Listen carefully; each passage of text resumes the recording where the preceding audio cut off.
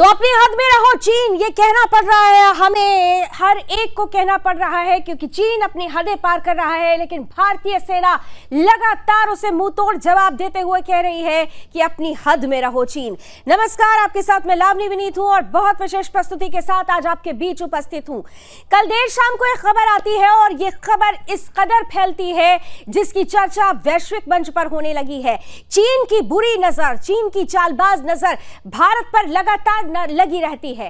भारत के प्रति उसकी नफरत का अंदाजा इसी बात से लगाया जा सकता है कि सीधे सीधे विस्तारवादी नीति को आधार देते हुए भारत के कई इलाकों में चीन अक्सर घुसपैठ करने की कोशिश करता है। लेकिन 1962 को भूलकर आज की भारत को याद करने की जरूरत है चीन को, क्योंकि अब जब कभी भी चीन ने भारत की तरफ आंख उठाकर देखा है, भारत के जाबाजों ने उसे सीधे सीधे जवाब दिया है, उसकी आंखों में आंखें डालकर बताया है कि अपनी हद में रहो चीन। 9 दिसंबर को जिस तरीके से अरुणाचल के तवांग इलाके में घुसपैठ की कोशिश की गई, आमने सामना होता है भारतीय और चीनी सैनिकों का। इस फेस ऑफ में भारतीय सैनिकों ने चीनी सेना को जवाब किस कदर दिया है, इसका अंदाजा इसी बात से लगाया जा सकता है कि चीन सामने आकर अब ये कह रहा है कि एवरीथिंग इज नॉर्मल, यानी जो परिस्थिति बनी उस परिस्थिति में चीन को पटखनी दी गई है भारत की तरफ से।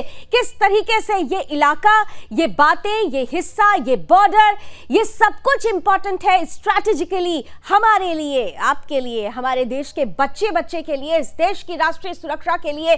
आज हर एक पहलू पर विस्तार से आपके सामने आज के पैनलिस्ट के साथ हम बातें रखने की कोशिश करेंगे, संजीदगी के साथ इस मुद्दे को समझने की कोशिश करेंगे। कोई पॉलिटिकल डिबेट नहीं होगी, आज वो बातें होंगी जो इस देश के लिए जरूरी है, देश की रक्षा के लिए जरूरी है। लेकिन सबसे पहले आइए, आपके लिए हमने एक विशेष फ्लोर ग्राफिक तैयार कराया है, आपको दिखाते हैं, बताते हैं कि आखिर 9 दिसंबर की रात की कहानी क्या कहती है। यह वही 9 दिसंबर है जब तवांग की कहानी दुनिया के सामने आई। अरुणाचल प्रदेश के तवांग में भारत चीन सैनिकों के बीच बड़ी झड़प की खबर आती है।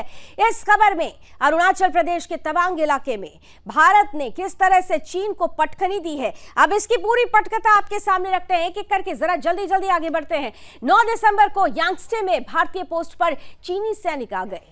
उन्होंने इसी पोस्ट पर अपना कब्जा जमाने की कोशिश की, घुसपैठ करने की कोशिश की, लेकिन भूल गए कि वहां पर भारतीय सैनिक मौजूद है। भारतीय सैनिक जो शौर्य का प्रतीक, शौर्य का दूसरा नाम है। एलएसी पार करने का प्रयास कर रहे थे ये चीनी सैनिक, दुस्साहस किया इन्होंने, लेकिन इनके दुस्साहस को मात देते हुए भारतीय सैनिकों ने, भारतीय जाबाजों ने जबरदस्त जवाब दिया। तो एलएसी पार करने का प्रयास कर रहे थे ये चीनी सैनिक और इसके बाद से ही भारत की तरफ से, लेकिन पहले देख लीजिए ये जो पूरा इलाका है, 17,000 फीट की ऊंचाई पर भारतीय सैनिकों ने इन्हें रोक दिया, इनके दुस्साहस को सीधे सीधे चकनाचूर किया। 300 से अधिक थी चीनी सैनिकों की संख्या। अब देखिए क्या सोचकर आए थे, 300 सैनिक थे पीएलए के, चाइना के, लेकिन वो ये भूल गए थे कि वो किससे पंगा लेने वाले हैं। या उधर से 300 और इधर से, पहले आपको बता दें कि केवल हिंद के 50 वीर उस वक्त उस इलाके में मौजूद थे और उन 50 ने ही किस तरह से वो 50 300 पर भारी पड़े। 50 वीरों ने सबसे पहले चीन की चालबाजी को रोक लिया, उन्हें थाम लिया, उन्हें मजबूर कर दिया पीछे हटने के लिए। चीन के पीएलए की थी ये सोची समझी साजिश, क्योंकि गश्ती अक्सर होती है और उसमें अंदाजा लग जाता है कि कौन सी कितनी टुकड़ियां वहां पर डिप्लॉयड हैं। हालांकि उन्हें यह अंदाजा बिल्कुल नहीं था कि भारत अपनी तैयारी पहले से कर रहा था, घातक हथियारों से ये चीनी सैनिक लैस थे। लेकिन फिर भी जो खबर आई है उसके मुताबिक फिजिकली एक दूसरे से गुत्तम गुत्ता हुई है। किलो वाले डंडे, मंकी फिस्ट और टेजर गन लेकर आए थे ये चीनी चालबाज। भारतीय सैनिकों ने तुरंत अपनी बैकअप टीम को इन्फॉर्म किया, बैकअप जवानों को बुलाया, ये सभी पास में ही थे और तेजी से झड़प वाली जगह पर पहुंचे और फिर चीनी सैनिकों का जो हश्र हुआ है वो दुनिया के सामने अब आ रहा है। भारतीय सैनिकों ने चीनी सैनिकों को घेर लिया, उन पर टूट पड़े और एक बार फिर से गलवान के बलवान बनते हुए, आपको याद होगा वो समय भी, और इस बार तवांग के बलवान बनते हुए चीन के सैनिकों को उनकी हद में रहने के लिए सीधे सबक सिखाया। भारतीय सैनिकों ने चीनी सैनिकों का मुकाबला किया, डटकर आमना सामना हुआ, चीनी सैनिकों को पीछे हटने के लिए मजबूर कर दिया भारतीय सैनिकों ने। तो ये परिस्थिति 9 दिसंबर की तवांग में क्या हुआ था, किस तरीके से आमना सामना हुआ, चीनी सैनिकों की जमकर पिटाई भी हुई है। वो घुसने की कोशिश कर रहे थे लेकिन भारतीय सैनिकों ने चीनी सैनिकों की जमकर पिटाई की और इस दौरान एक भारतीय सैनिक की कलाई में यह खबर आई है कि उनको फ्रैक्चर आया है। लेकिन जो नुकसान हुआ है वो चीनी खेमे में ज्यादा हुआ है, ज्यादा चीनी सैनिक घायल हुए हैं क्योंकि भारतीयों से पंगा लिया था उन्होंने। भारतीय सैनिकों के जवाब के बाद चीनी सैनिकों को पीछे हटना पड़ गया और पीछे हटने के बाद भारतीयों ने साफ साफ बता दिया, भारतीय सेना ने यह बता दिया, हिंद के वीरों ने चीनी सेना को यह बता दिया कि छेड़ने पर हम तुम्हें छोड़ेंगे नहीं। चलिए इसी ग्राफिक के साथ अब आइए आगे बढ़ते हैं और सीधे सीधे चीनी घुसपैठियों को जब पकड़ लिया गया था तो क्या परिस्थिति अब बन रही है। देश के अंदर बहुत सारी पॉलिटिक्स हो रही है लेकिन आज इस चर्चा में पॉलिटिक्स की कोई बात नहीं होगी, आज स्ट्रैटेजिक की बात होगी। आज बात होगी कि भारतीय सेना किस तरीके से चीनी सैनिकों पर हावी हुई है। आज बात होने वाली है कि क्यों हमें जरूरत पड़ रही है कि और तेजी के साथ बोला जाए कि अपनी हद में रहो चीन। इसके अलावा आज बात यह भी होगी कि तवांग और तवांग के आसपास के इलाके भारतीय सुरक्षा, भारत की सीमा की सुरक्षा की दृष्टि से कितने महत्वपूर्ण हैं, ये सब कुछ जाने समझे आज की अतिथियों से। लेकिन सबसे पहले आइए, रक्षा मंत्री राजनाथ सिंह ने आज सदन में इस घटना को लेकर बड़ा बयान दिया है। जल्दी से उनका स्टेटमेंट सुनते हैं। 9 दिसंबर 2022 को पीएलए ट्रुप्स ने तवांग सेक्टर के यांगसे एरिया में लाइन ऑफ एक्चुअल कंट्रोल पर अतिक्रमण कर स्टेटस को एक तरफा बदलने का प्रयास किया। चाइना के इस प्रयास का हमारी सेना ने दृढ़ता के साथ सामना किया है अध्यक्ष महोदय, और इस फेस ऑफ में हाथापाई भी हुई है। भारतीय सेना ने बहादुरी से पीएलए को हमारी टेरिटरी में अतिक्रमण करने से रोका और उन्हें उनकी पोस्ट पर वापस जाने के लिए मजबूर कर दिया अध्यक्ष महोदय। इस झड़प में दोनों ओर के कुछ सैनिकों को चोटें भी आई हैं और मैं इस सदन को अवगत कराना चाहता हूं कि हमारे किसी भी सैनिक की न तो मृत्यु हुई है और न ही कोई गंभीर रूप से घायल हुआ है। इंडियन मिलिट्री कमांडर्स के टाइमली इंटरवेंशन के कारण पीएलए सोल्जर्स अपनी लोकेशंस पर वापस चले गए अध्यक्ष महोदय, और इस घटना के पश्चात एरिया के लोकल कमांडर ने 11 दिसंबर 2022 को अपने चाइनीज काउंटर पार्ट के साथ स्थापित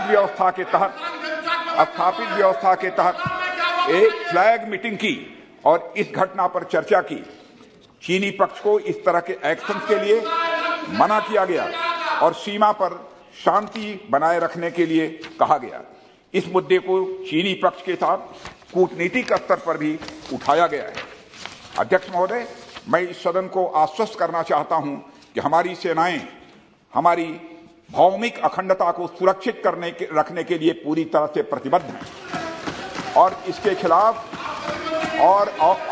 खिलाफ किसी भी प्रयास को रोकने के लिए सदैव तत्पर है हमारी भारत की सेना।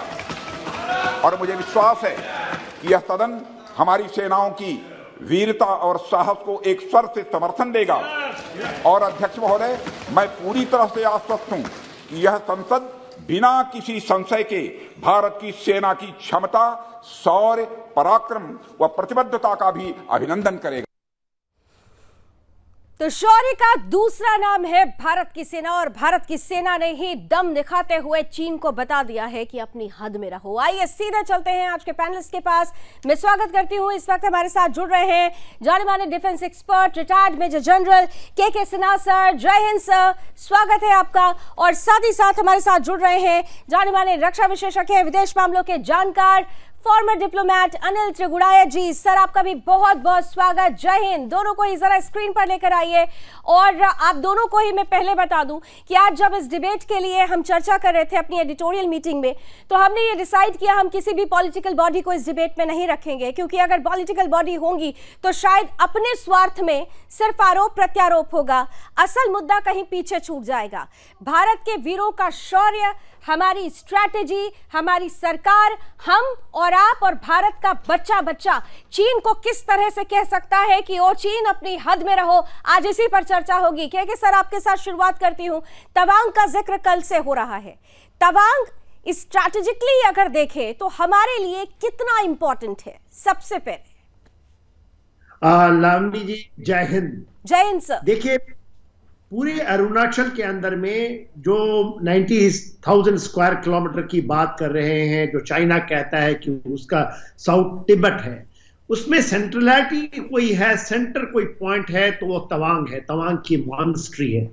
वो तवांग की मॉनेस्ट्री जहां से बुद्धिज्म के दो लासा और जो तवांग है, दो ऐसे पीठ हैं, ऐसे सीट हैं जहां से बुद्धिज्म का और पूरे तिब्बत का लेना देना है।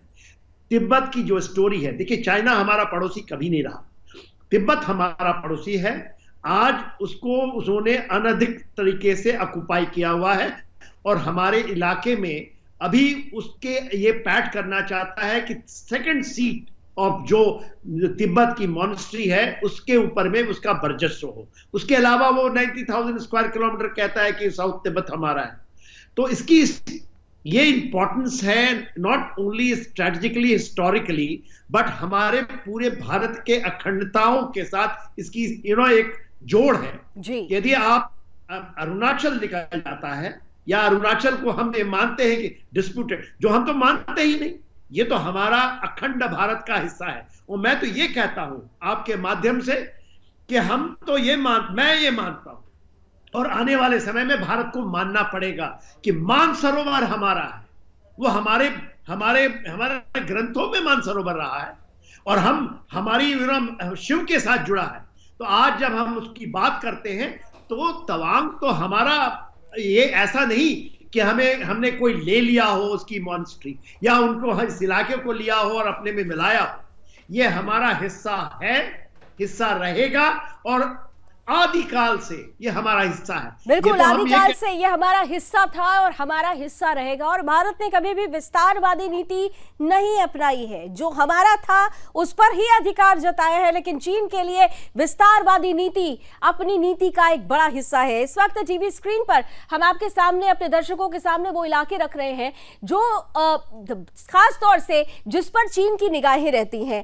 के सर ने बहुत अच्छे से बताया कि किस तरीके से वो इलाके जो अखंड भारत का हिस्सा थे, आज भी वो अखंड भारत में ही माने जाएंगे, लेकिन चीन की चालबाज नजर उस पर टिकी हुई है। अनिल सर, अब आपके पास आते हुए, पहले तो बहुत बहुत thank you so much sir. आप डॉक्टर के पास थे लेकिन फिर भी आपने हम लोगों के लिए समय निकाला। Thank you so much sir for this. जो परिस्थिति बनी हुई है 1962 में भी, एक तरफ युद्ध होने के लिए चीन जो युद्ध करने के लिए तैयार था, उस वक्त भी तवांग को कहीं ना कहीं से घेर लिया गया था। वो बात अलग है कि बाद में उन्होंने पैर पीछे किए थे, लेकिन 1962 से लेकर आज हम 2022 तक पहुंच चुके हैं।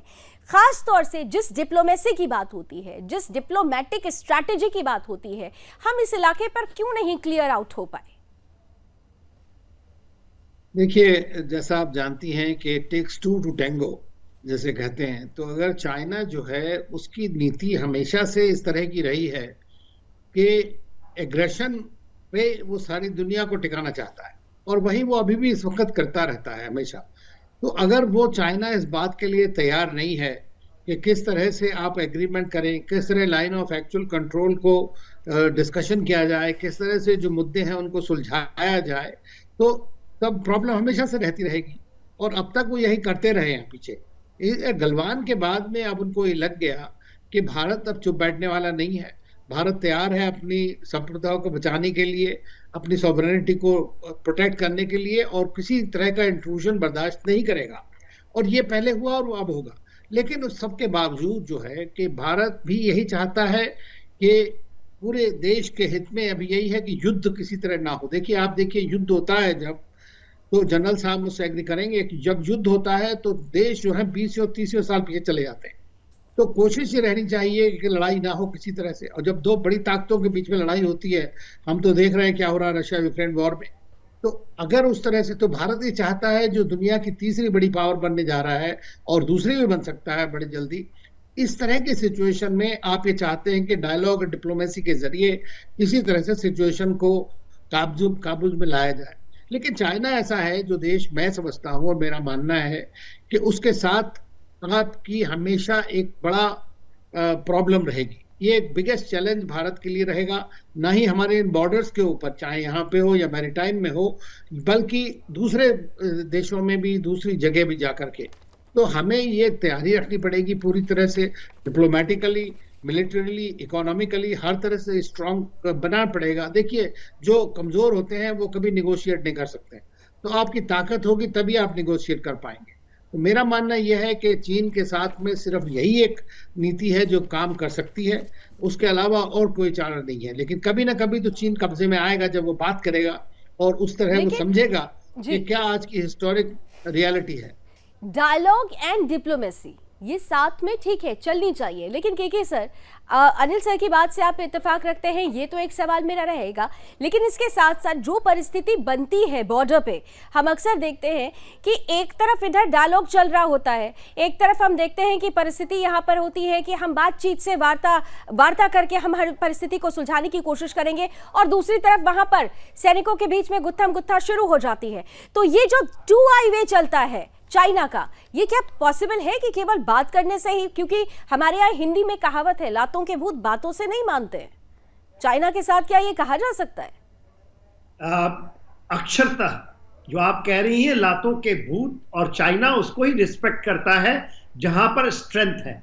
चाइना ऐसे नहीं मानता, चाइना वो मानेगा जब आपके पास, मगर जो हमारे राजनयिक साहब कह रहे हैं और अनिल जी, वो उसमें एक सच्चाई है, मगर उस सच्चाई में, और वो उसको जोड़ के देखिए, अभी पुराने जमाने में ऐसा माना जाता था कि डिप्लोमेसी से हम इस सॉल्व कर लेंगे, टेबल पे बैठेंगे अक्रॉस, बट डिप्लोमेसी तभी वर्क करता है, चाणक्य के समय भी डिप्लोमेसी होती थी, जब हम महाभारत था तभी डिप्लोमेसी होती थी, कृष्ण भी डिप्लोमेसी करते थे, मगर उस समय स्ट्रेंथ पीछे जब होता है, और वही कह रहे हैं अनिल जी, वही कह रहे हैं। और देखिए हमारे आज के दिन में जब आप ध्यान से सुनिएगा हमारे फॉरेन मिनिस्टर को, तो वो कहते हैं कि चाइना के साथ हमारा relation, diplomacy will depend on the dictate of border state. हम बॉर्डर के ऊपर में क्या स्टेट है, हमारे क्या हालात है, उसके ऊपर डिपेंड करेगा। तो हमारी पूरी, तो हम ऐसा नहीं कि डिप्लोमेसी को तख्ते बख्ते में रख दिया और हम अपनी सामरिक चीज को अलग में रख दिया। इसके अंदर देखिए मिलिट्री डिप्लोमेसी या डिप्लोमेसी और मिलिट्री का एक बहुत बड़ा सामंजस्य है, और सामंजस्य डिप्लोमेसी में स्ट्रेंथ उसको नेशनल कॉम्प्रिहेंसिव पावर में, जिसमें एक मिलिट्री भी बहुत हिस्सा है, इकोनॉमी बहुत बड़ा हिस्सा है, और इसके अलावा जो आप ऐसे लोग जिसको एक प्रदान कर रहे हैं कॉम्प्रिहेंसिव नेशनल पावर का हिस्सा, तो देखिए डिप्लोमेसी तो चलता रहेगा। एक चीज मैं आप दोनों से एक कॉमन क्वेश्चन करती हूँ, क्यों आपसे ही कंटिन्यू रखती हूँ के सर, क्योंकि अक्सर हम लोग आज बात कर रहे थे तो हमें लगा कि अक्सर हम देखते हैं कि कोई भी डिप्लोमेसी होती है, कोई भी बात होती है, तो कभी आप देखिए गलवान में इनकी परिस्थिति को हमने देखा, हमने डोकलाम पे देखा, मतलब कई ऐसे इलाके हैं जहां पर चीन अपनी चालबाजी दिखाने की कोशिश करता है। लेकिन असल में जो अक्साई चीन है, कहीं ऐसा तो नहीं है कि उस मुद्दे को डाइवर्ट करने के लिए कहीं ना कहीं से बार बार चीन ऐसे उकसावे की कार्रवाई कर देता है कि उस तरफ ध्यान ही नहीं जाए भारत का, जबकि असल में भारत को सबसे पहले उस गर्दन को पकड़ने की जरूरत है। शायद तभी जब सांस रुकेगी तब चीन को समझ में आएगा कि गलती कहां हो रही है की तरफ से। एब्सोल्युटली लावनी, देखिए आप, यदि आप हिस्टोरिकल बात कर रही हैं, देखिए 62 की लड़ाई के पहले और 62 की लड़ाई के बाद चीन ने एक प्रस्ताव रखा था। उन्होंने कहा था कि अक्साई चीन को हमें दे दो और सियाचिन को दे दो। जो सियाचिन का इलाका है जो कैराकोरम से होकर के जाता है, जिसको सीड भी किया है पाकिस्तान ने, और अरुणाचल को हम भूल जाएंगे। उन्होंने ये बात कही थी, और उस समय कहीं ये बात आई थी, पार्लियामेंट में डिस्कशन आई थी कि वहां तो घास भी नहीं उगता, सपाट है, कहीं ऐसी की बात आई थी, वो अक्साई चीन की जब बात हुई थी। तो वो सोच, और एक सोच जो 15 अगस्त 2019 में आपने सुना, जब हमने कहा कि पीओके हमारा हिस्सा है, हम जब पीओके की बात करते हैं तो हम उसको भी बात करते हैं जिसमें अक्साई चीन है, जिसको ये चेंजेस हैं, ये चेंज हमने लाए हैं। जब आपने देखा पैगांगसो के ऊपर में जब वो एक ब्रिज बना रहा है, आपको पता होगा फिंगर आउट के बाद चला गया, तो ये हमारा बयान है, ये हमारे रक्षा मंत्री का और फॉरेन मिनिस्टर का बयान है कि ये तो हमारे इलाके में बन रहा है। कभी हमने नहीं बोला ये, हमने ये नहीं कहा कि जहां पर आप हैं वो आपका है, हम ये मानने के लिए तैयार ही नहीं। और यही चेंजेस हैं जो स्ट्रैटेजिक ऑटोनॉमी की हम बात करते हैं। और हम जब ये कहते हैं कि हम अपने तरीके से, देखिए हमारे प्रधानमंत्री ने 2 बार समझाने की चेष्टा की, डोकलाम किया, डोकलाम में हम स्ट्रांगली खड़े हुए, हम गए वुहान में उनको बताया कि देखिए 21st सेंचुरी ये एक एशियन सेंचुरी है और हम लोग दोनों हैं, साथ में मिलके करें और हम इमर्ज आउट करें पूरे वर्ल्ड में। हमारे पास 1.4 बिलियन है, आपके पास 1.5 बिलियन है, तो 3 बिलियन 7 बिलियन के बीच के लोग इतने प्रॉस्पर हो सकते हैं, इतने निकल सकते हैं। फिर उनको समझाने की चेष्टा की, जब उन्होंने बुलाया साउथ में, वहां पर मद्रास के अंदर जो त्रिवेंद्रम में, वहां भी नहीं माने, उसके बाद बदल दी। हमने कहा विस्तारवाद का युग खत्म हुआ। और देखिए लावनी, चाहे वो G20 हो, चाहे SCO का समिट हो, या हमारे जो आप अभी देख रही हैं यांगसे के ऊपर एक्शन, यांगसे की एक्शंस को पढ़ने की चेष्टा कीजिए। और जो सदन के ऊपर में, ये आपने बहुत अच्छा किया, पॉलिटिकल डिबेट में ना पढ़े। हमने कहा कि वो स्टेटस को चेंज करना चाहता, हम डोमिनेटिंग हाइट्स में हैं, जो कि हम ये नहीं मानते कि डिस्प्यूटेड है, वो सेंसिटिव है और हमने उसको पकड़ रखा है। यदि आप वो सेंसिटिव है, लेकिन डिस्प्यूटेड बनाने की कोशिश चाइना की तरफ से निरंतर हो रही है। और इसीलिए अनिल सर, जो बात मैंने केके सर से पूछी, वो सवाल के साथ एक सवाल और जोड़ देती हूँ, क्योंकि केके सर ने भी उसी चीज को एक्सप्लेन किया पूरी तरह से। एक सवाल और जोड़ देती हूँ, और अगर मैं गलत होंगी तो काइंडली मुझे सही भी करिएगा, कि 2009 में, मुझे याद है 2009 में, जब इस पूरे इलाके के लिए, इस पूरे इलाके के विकास के लिए, योजनाओं के लिए बात हो रही थी, और जो एशियन डेवलपमेंट बैंक था उससे लोन की बात आ रही थी, तो उस वक्त भी चाइना ने सबसे बड़ा अड़ंगा लगाया था। उस वक्त भी इस तरीके की परिस्थिति पैदा करने की कोशिश की गई थी कि कहीं ना कहीं से रोका जाए हर चीज को, हर बार हर स्तर पर रोकने की कोशिश। दूर नहीं जाते, इसी साल इस पूरे इलाके में 15 ऐसी जगह थी जिसका नाम बदलने की कोशिश की गई, लेकिन भारत सरकार ने अपनी जिस तरीके से दम दिखाया और ये नहीं माने। ये परिस्थिति एक के बाद एक, यानी कहीं पर भी चीन रुकने को तैयार नहीं है। जैसा कि अभी केके सर भी कह रहे हैं कि सेंसिटिव इलाके हैं, लेकिन डिस्प्यूटेड बनाने की कोशिश बार बार चाइना करती है। सही कह रही हैं लावनी आप। इधर 3800 किलोमीटर की जो हमारा बॉर्डर है, उसमें एक 2 पॉइंट ज्यादा इंपॉर्टेंट है सोचने के, कि चीन कभी भी मैकमोहन लाइन को नहीं माना। उसने हमेशा इसको इलेजिटिमेट लाइन कहा है। तिब्बत का, जैसे जनरल साहब ने भी कहा कि इलीगली उन्होंने ऑक्यूपाई किया हुआ है, और उसके बाद से वो अपना अरुणाचल प्रदेश को कहते हैं कि ये हमारा हिस्सा है। आपको याद होगा कि एक बार वहां से एक टीम जाने वाली थी तो उन्होंने वीजा रिफ्यूज कर दिया। उन्होंने कहा आपको तो वीजा की जरूरत नहीं है, आप तो चीन के हिस्सा है। तो इस तरह की बातें जो है वो चीन बड़ा सटल तरह की एक डिप्लोमेसी करता है, और इस तरह आपको नीडलिंग करने की कोशिश करता है हमेशा से, ताकि, क्योंकि डेमोक्रेसी है भारत, तो सबको पता लग जाता है कि किस तरह की हरकत कर रहा है चीन। चीन में कोई ये बातों का पता ही नहीं लगेगा आपको, इस तरह की खबरों का कभी भी। तो चीन का मैं ये समझता हूँ कि देखिए उसको उसी तरह से डील करना है, जैसे संस्कृत में कहते हैं छठे शाठ्यम समाचरित, तो जो जैसा कर रहा है उसको उसी के तरह आपको जवाब देना पड़ेगा। और हमारी जो अब उनको खतरा किस बात का हो गया कि देखिए गलवान तक से पहले तक चल रहा था शांतिपूर्वक, ठीक ठाक है, कंपटीशन, कोऑपरेशन सारा कुछ है। उसके बाद में अब चीन ने देखा कि भारत के रिश्ते दूसरे देशों के साथ बहुत आगे बढ़ गए हैं। भारत का एक जो नजरिया है और भारत का जो स्टेटस है दुनिया में आज एक बहुत बड़ा हो गया है। G20 के भी हम लोग होस्ट करेंगे, शंघाई कोऑपरेशन ऑर्गेनाइजेशन को भी करेंगे, इंडिया अफ्रीका फोरम। तो इंटरनेशनली एक लार्जेस्ट डेमोक्रेसी दुनिया की है, और जिसकी एक स्ट्रेटेजिक ऑटोनॉमी है, चाहे वो अमेरिका के सामने हो, चाहे रशिया के सामने हो, या चीन के सामने, हम अपने हिसाब से चलते हैं। तो उनको इस बात का ये डर है कि भारत ही एक ऐसा देश है जो चीन के साथ में किसी भी हद तक और किसी भी लेवल पे कम्पीट कर सकता है पूरी तरह से। तो वो इस तरह के नीडलिंग करते रहते हैं। लेकिन मेरे को एक चीज जो भी समझने की है कि जिस वक्त ये 9 दिसंबर को ये इनकर्शन हुआ भारत की एरिया में, तो उस वक्त प्रेसिडेंट शी जिनपिंग जो थे सऊदी अरेबिया में थे। तो उनके पिछली बार डोकलाम का भी आपको मालूम होगा इसी तरह की बात हुई कि पीएलए के और उनके बीच में सामंजस्य कितना है ये कोई नहीं समझ पाता है। सेंट्रल मिलिट्री कमीशन जिसके वो चेयरमैन, क्या उसने उनको इस तरह करने की आज्ञा दी? तो ये सारी चीजें भी बड़ी जरूरी हैं, जो मैं समझता हूँ कमांडर लेवल बातों से आएंगी। तो लेकिन यह है कि चीन के साथ में आपको हमेशा विजिलेंट रहना है, हमेशा तैयार रहना है किसी भी इवेंचुअलिटी के लिए।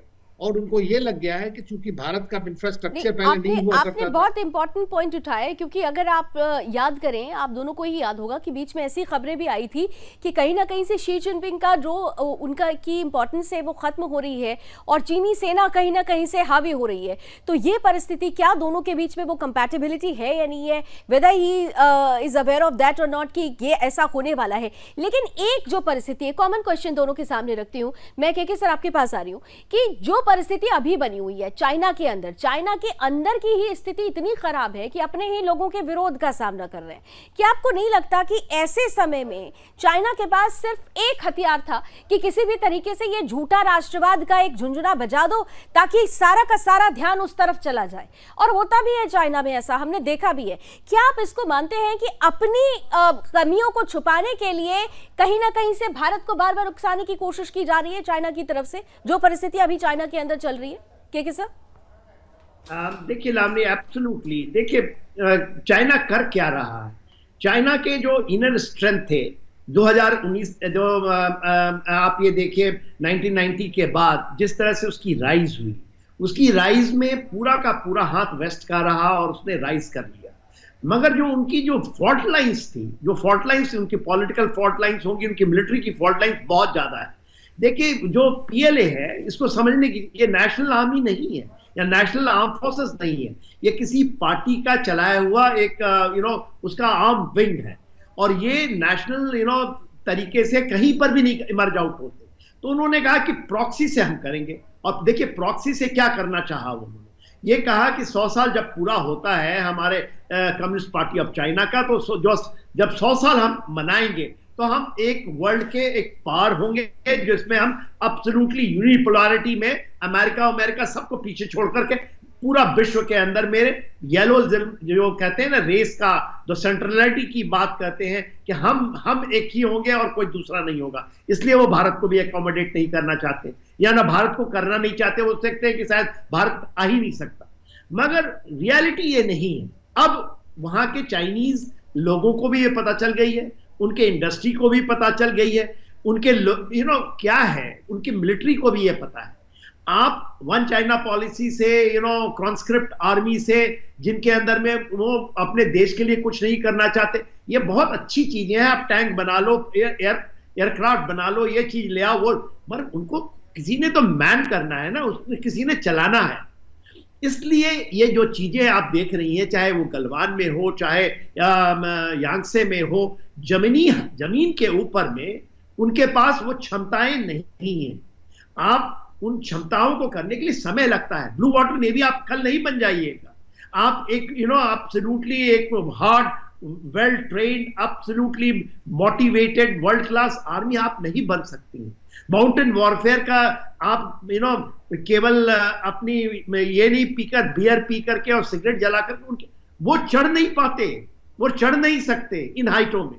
एक सच्चाई ये है, सच्चाई ये नहीं है कि आप आर्टिफिशियल इंटेलिजेंस से ह्यूमन रेस को बदल दीजिए और आप मनोबल को बढ़ा लें। ग्राउंड रियलिटी बहुत दूर है उससे यथार्थ, और उसी को आप इंगित कर रही हैं। देखिए चाइना कैसे एक्सपोज हुआ, जब उसने वुहान वायरस लेकर आया, लैब से आया, लीक हुआ, उसने सोचा कि यही समय है, पूरा हम डिप्लोमेसी में आगे बढ़ जाएंगे, हम अपना जो वैक्सीन डिप्लोमेसी लाएंगे, सप्लाई चेन बदल देंगे। और इसलिए उसने वहां पर जुर्रत की कि इसी समय हम आ जाते हैं, इस पर लद्दाख को कर लेंगे, टू फ्रंट वॉर के, हम पाकिस्तान के साथ और इंडिया को दबा देंगे। मगर ग्राउंड रियलिटी में उसको ये पता चला वैक्सीन फेल है, अभी भी उनका देखिए कितना कोविड का केस कंट्रोल नहीं कर पा रहे। इसीलिए तो मैंने कहा कि इंटरनल जो उनकी परिस्थिति है, कहीं ना कहीं से उसको दबाने के लिए तो कहीं ये परिस्थिति पैदा नहीं की गई। लेकिन अनिल त्रिगुणायत सर, स्थिति ये भी बताती है कि चाइना से हम उम्मीद कर ही नहीं सकते कि वो खरा हो। चाइना मतलब चालबाज का दूसरा नाम। लेकिन आज की परिस्थिति में एक बहुत इंपॉर्टेंट पॉइंट लोग ये पूछ रहे हैं कि जब गलवान हुआ था, उसके पहले जब डोकलाम हुआ, तब से लेकर आज तक हम ऐसा क्यों नहीं एक बड़ा मैसेज दे पाए कि ये परिस्थिति दोबारा बनती ही नहीं। तवांग में हमने उस समय जरूर एक मैसेज दिया था जब दलाई लामा को वहां पहुंचने के लिए विरोध हो रहा था, बावजूद उसके हमने रोका नहीं, एक ये मैसेज था। लेकिन क्या केवल ये मैसेज देना काफी था? क्या जरूरत नहीं थी कि एक तरफ, जैसे आर्मी का एक टर्म है, मैंने जैसे वेटरन से ही सीखा है, मल्टी प्रोंग एक्शंस लेती है मिलिट्री, तो क्या डिप्लोमेसी में भी उसी मल्टी प्रोंग एक्शंस की जरूरत नहीं है? अनिल सर, देखिए लावनी, एक तो मैं इस बात से सहमत नहीं हूं कि हमने रिस्पॉन्ड नहीं किया। अगर हम रिस्पॉन्ड नहीं करते तो आज चाइना कहां से कहां पहुंच जाता, ये आप जान लीजिए। भारत का रिस्पॉन्स है, उसी की वजह से आज जो है चीन अपनी तरह से बैठा हुआ है कि आपसे बात करने को तैयार है। नहीं, हमने तो रिस्पॉन्ड किया sir, I do agree with this, respond किया, लेकिन रिस्पॉन्ड में और ज्यादा बल होने की जरूरत थी। एक होता है ना जी, बल ये कि आप, यही मैं कहना चाहता हूं आपसे कि आपको ये भी देखना होता है कि आपके लिए क्या इंटरेस्ट है, आपका नेशनल इंटरेस्ट में क्या चीज है। सबसे बड़ी दो ही चीज हो सकती है, या तो आप बातचीत के जरिए किसी चीज को सुलझाएं या मिलिट्री के जरिए सुलझाएं। और जनरल साहब बताएंगे कि मिलिट्री का जरिया जो है इस वक्त में उचित नहीं है हमारे लिए करना, और इसीलिए भारत ने नहीं किया। क्या किया? प्रोपोर्शनेट रिस्पॉन्स, ताकि एकदम रिस्पॉन्ड किया इस हद तक ताकि उनको पता लग जाए कि वो यहाँ से आगे नहीं आ सकते हैं। आपने अपना जो इंफ्रास्ट्रक्चर चाहिए बॉर्डर पे वो सारा बढ़ाना शुरू कर दिया। आपने अपनी फोर्सेस को आगे और स्ट्रॉन्ग करना शुरू किया है। आपने इंटरनेशनली चाइना को बार बार ये बात कही है कि हम बात करने को तैयार नहीं है, कि जब तक कि आप देखिए प्रधानमंत्री मोदी बाली में मिले उनको, और खाली प्लेजेंटरीज ही हुई। सब लोग बार बार, चाहे समरकंद में हो, इधर हो, हर जगह यही बात हुई कि भाई मुलाकात होगी तब होगी तब होगी, लेकिन नहीं हुई ना। वो भी चाहता है, चीन भी चाहता है। बार बार उन्होंने कहा कि हम भारत को SCO समिट के लिए, G20 के लिए सपोर्ट करेंगे। तो मेरा मानना यह है कि जब तक इस तरह की सिचुएशन है जिसमें आप अपने आप को एक स्ट्रांग बना सकते हैं, तो ये एक डिप्लोमेसी का बड़ा हिस्सा होता है। जी, डिप्लोमेसी का एक बड़ा हिस्सा होता है। और अगर ऐसी परिस्थिति में के सर, ठीक है, अनिल सर कह रहे हैं कि हमने डिप्लोमेसी में भी जवाब देने की कोशिश की है। और मुझे याद है कि जब ताइवान की परिस्थिति आई थी, उस वक्त ताइवान की स्थापना दिवस को लेकर हमारी दिल्ली में ही कई जो झंडे लगाए गए थे, उसका विरोध हुआ था, लेकिन हम उसके साथ खड़े हुए थे। लेकिन फिर भी आज की परिस्थिति में एक बड़ा महत्वपूर्ण प्रश्न करने वाली हूँ। अगर आज की परिस्थिति में के सर, चाइना और भारत आमने सामने होता है, और भारत के साथ फिर वो कौन से देश होंगे? खासतौर से रूस और यूक्रेन की परिस्थिति में हमने देखा है कि भारत बहुत तटस्थ भूमिका में नजर आया है, और रूस की चाइना से नजदीकी ये अब जग जाहिर हो चुकी है। ऐसी परिस्थिति में अगर युद्ध होता है तो फिर हमारे साथ कौन, या फिर हमें अपनी लड़ाई के लिए स्वयं तैयार रहना होगा? लावनी जी, जब जब आपको अपने दम पे आप करते हैं बात, तभी बनती है। दूसरे के कंधे से फायर नहीं हो सकता, दूसरे के कंधे से वॉर जीती नहीं जाती। देखिए, परिस्थितियां हम यूक्रेन में जो देख रहे हैं ट्रांस अटलांटिक एरिया में, और यहाँ की परिस्थितियां अलग हैं, भिन्न हैं।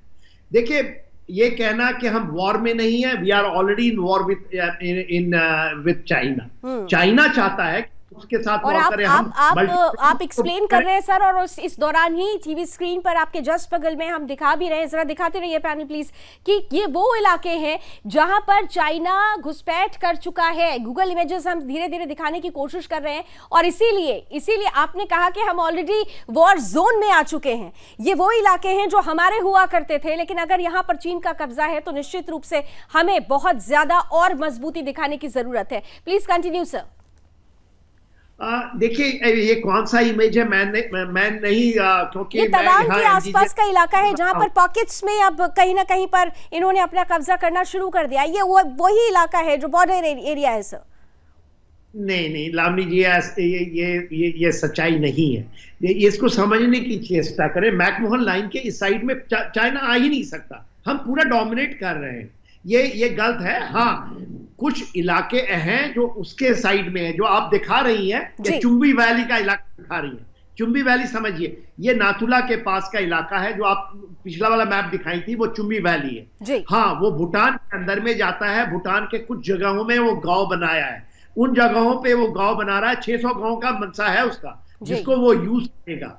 यही चैलेंज है, और यही चैलेंज को रोकने के लिए वो हमारा इलाका नहीं है, वो हम उसको हाईली डोमिनेट करते हैं। कुछ 28 sensitive areas and disputed areas हैं, क्योंकि ये सच्चाई नहीं होगा यदि नहीं मैं बयान नहीं करूं। इसकी इंच इंच जमीन के ऊपर में मेरी पकड़ है और मैं जमीन पे रहा हूं। तो ये जो दिखा रही है वो चुंबी वैली, और चुंबी वैली हमारा स्ट्रेटेजिक ऑब्जेक्टिव है। किसी समय भी हम चुंबी वैली को काट सकते हैं। हाँ, वो भूटान के अंदर में, और ये इसलिए जरूरी है जो आप पूछ रही थी, और उस समय मैं मिस कर गया इस बात को बताना कि जब हम बात करते हैं तवांग की, तो तवांग के नीचे भूटान का जो एक एक वाइल्ड लाइफ सेंचुरी का अभी वो मानता है कि वो उसका है। चाइना बोलता है कि तवांग के कुछ नदन में, कुछ ईस्ट में, वेस्ट में वो अपना मानता है। तो एक जो सेंगटांग वाइल्ड लाइफ सेंचुरी है वो आपके तवांग के ठीक नीचे पड़ता है। और इंडिया ने, आप कहती ना कि हम कैसे मल्टीप्रोंग अटैक कर रहे हैं, मल्टीप्रोंग अटैक तो इसलिए बुखलाया हुआ है। मल्टीप्रोंग अटैक में हमने इस सेंगटांग वाइल्ड लाइफ सेंचुरी से मिलकर के हमने पूरा का पूरा तवांग तक हाईवे बना दिया है। उसका नाम बालीपुरा तवांग जो है, और उसमें टनल है। तो और ये चाइना सोच भी नहीं सकता, क्योंकि हमारी कैपेबिलिटी है। चाइना को जब लगेगा ठीक है, उसकी एडवांटेज है, 20 साल पहले बनाना शुरू किया, बहुत सारी चीजें ले आए, पर जो एडवांटेज है टेरेन, अगर मैं ये फिर मैं आपको बताना चाहता हूं कि इस इलाके में चाइना की जरूरत होगी 1 इंच की तरफ। हाँ, आप ढीले पड़ जाएंगे, जरूर करेगा वो। उसने यांगसे जो है, यांगसे में उस पर नजर उठा के देखने, और आपने देखा होगा सिख रेजिमेंट और जाट रेजिमेंट के जवानों ने, क्योंकि हम बता नहीं सकते, बहुत ज्यादा तरीके से कैजुअलिटी दी है, और फिर से भी वो आते हैं। अब तो आने की शायद वो चेष्टा ना करें, तो इस बार हम उस पार ही जाएंगे। तो हमारी स्ट्राइक कोर पूरी लगी पड़ी है।